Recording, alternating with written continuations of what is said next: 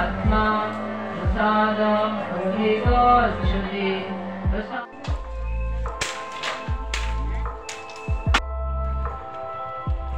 সম্বন্ধে কি বলবো, মহারাজ গত হয়েছেন, উনি রামকৃষ্ণ লোকে গেছেন, এটাই বলবো।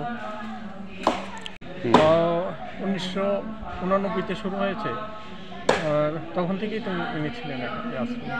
উনি আগে প্রথমে ছিলেন ওই আমতলী যে বিবেকনগর বর্তমান যে মিশন নিয়েছেন ওই আশ্রমে ছিলেন, তারপর ওখান থেকে উনি এখানে এসেছেন। বয়স কত ছিল এখন ওনার? 90+। কি বলবো, দীর্ঘদিন মহারাজের সঙ্গে ছিলাম, মহারাজের সঙ্গে বিভিন্ন আমাকে অনেক স্নেহের রূপেই উনি দেখতেন, যে কোনো ব্যাপারে আমাকে উনি ডাকতেন এবং দীর্ঘদিন ওনার সঙ্গে ছিলাম।